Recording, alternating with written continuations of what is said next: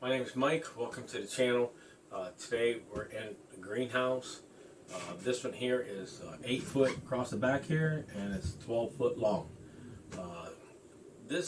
We built this thing a couple of years back, and we've been updating it, everything for the last couple of years. Kind of make it where it's almost going to run itself. We're still going to put a small water system in, and we're just trying to figure that out a little bit. The way I designed it was actually is that you can just put these trays on here and just kind of water on top of this, and it would go down through the table part right in here, and then down through the floor, and then the floor is treated with decking boards, so that allows that little space so it can go down through. And then underneath that, of course, there's a material underneath of this, but the building is also sitting on some 4x4s bolted to the bottom of this. So if I want to move this, I can move, because some places you can't have these because of codes, and then your code enforcer will come around and say, hey, you're not allowed to have that unless you got a permit, or you can't do this. In my case is I can move it anytime I want, so they're not going to question that. If they do, I'll just move it and then bring it back, and then we'll just keep doing it until they leave me alone on it. But some places get really bad. In our area it does. I did put some other wood on top of this floor. This is just 7/16. You can see it down here. And the reason why I did that is because during the winter time, when it's a little bit colder, it kind of keeps the air from coming up through. And then when the summertime comes, I'll take them, move them out, I'll put them away somewhere. So that makes it nice that I got a solid floor or an open floor, or I don't have to worry about if I hose it out or anything like that. Now, we put a fan in up here. Now, this is an exhaust fan. Exhaust fan is really important to have in your greenhouse because it moves a lot of air around in it. I have a thermostat at the top up here, and the thermostat runs the heat and also the humidity, like moisture. Because if your moisture contents gets high in here, it's not good for your plants. And by having that, the moisture gets up, and then the fan will kick on and pull air through the building and get it to dry it out. And the same thing is the heat. If it gets too hot, it'll kick on, keep a certain temperature in here. That's really nice. Of course, we have our temperature right here so we can keep track. Back here in the corner back here, there's a small little box here, and that is a transmitter. That transmitter goes, and the other part is into our home. And I can get up and look at this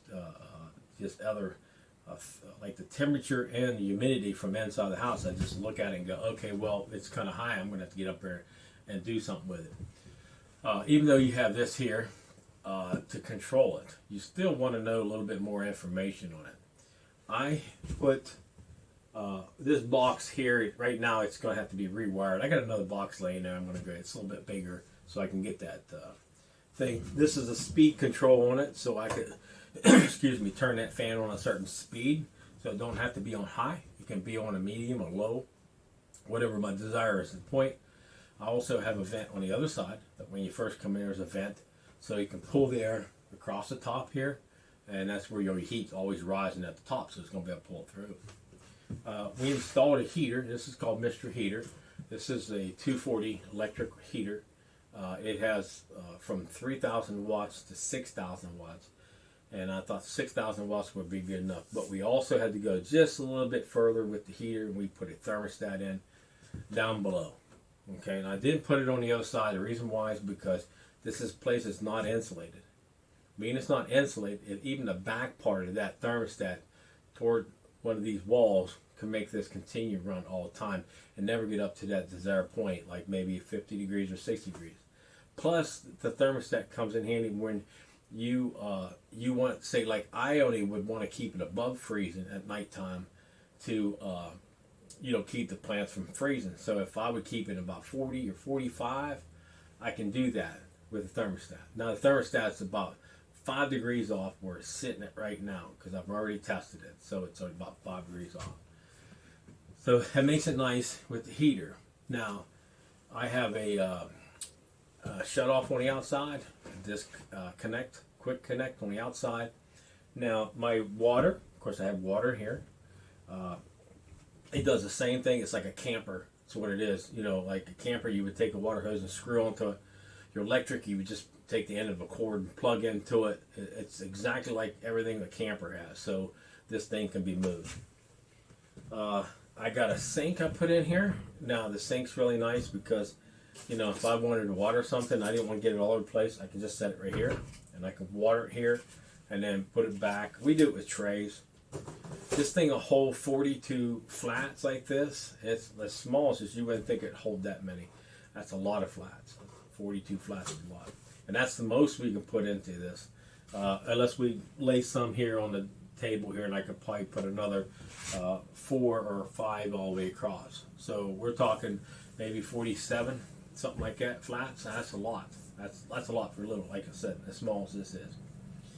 What you see up here is shade cloth, and we normally use it. Now we don't have to, not this time of the year, but I normally use it during the midsummer when it gets really hot. You pull it down, it keeps your plant, because it'll get extremely hot in here. A lot of sun wants to come through it. When we have the sun, it comes through a lot. So that kind of cuts the percentage of the sun rays coming into the greenhouse during the summertime. Right now, I've been in here doing some work and cleaning and getting it all ready for putting plants in. So we put the shade cloth up, and we normally use it a good bit. And then we also we have this light here up. It's been up here for a while, and that light it's a grow light, and we use it, but we didn't have enough light because it don't seem like it's getting brighter. It's not like we're getting enough sunlight during the day. Even during summertime, I know a lot of times we don't get a lot because you know, the sun's just not out. So we installed these. I just installed these about a week ago, and these all grow lights. There's 6 of them here, so it actually fit right in there, perfect. We're going to put it on a timer over here so it'll turn off and on. Turn it on for a minute. See, they are bright. So we can turn these off and on by themselves. So we're trying to get the place to run like automatic, you know, so we don't have to, you know, turn things on, turn things off. It just sustain itself as much as possible. Like I said, I'm planning on getting, well, we have it, but to install a small drip system or a mist system in here for some of the plants. Right now, we're just watering it by hand with the water here, you know what I mean? But if you're interested in a greenhouse, this is a really nice small 8 by 12 greenhouse. Very inexpensive than what you would buy, you know, anywhere else if you build it yourself. But we really enjoy it. Me and my wife. It's great for people just put it in your backyard if you like to do flowers or gardening or just about anything, you know, that you like to put in here. It's a really nice little building that you can enjoy and get many, many years out of. So if you got any comments or anything like that, just you know, leave them down below, and I'll get back as soon as I can. And please subscribe to the channel, and thanks for watching.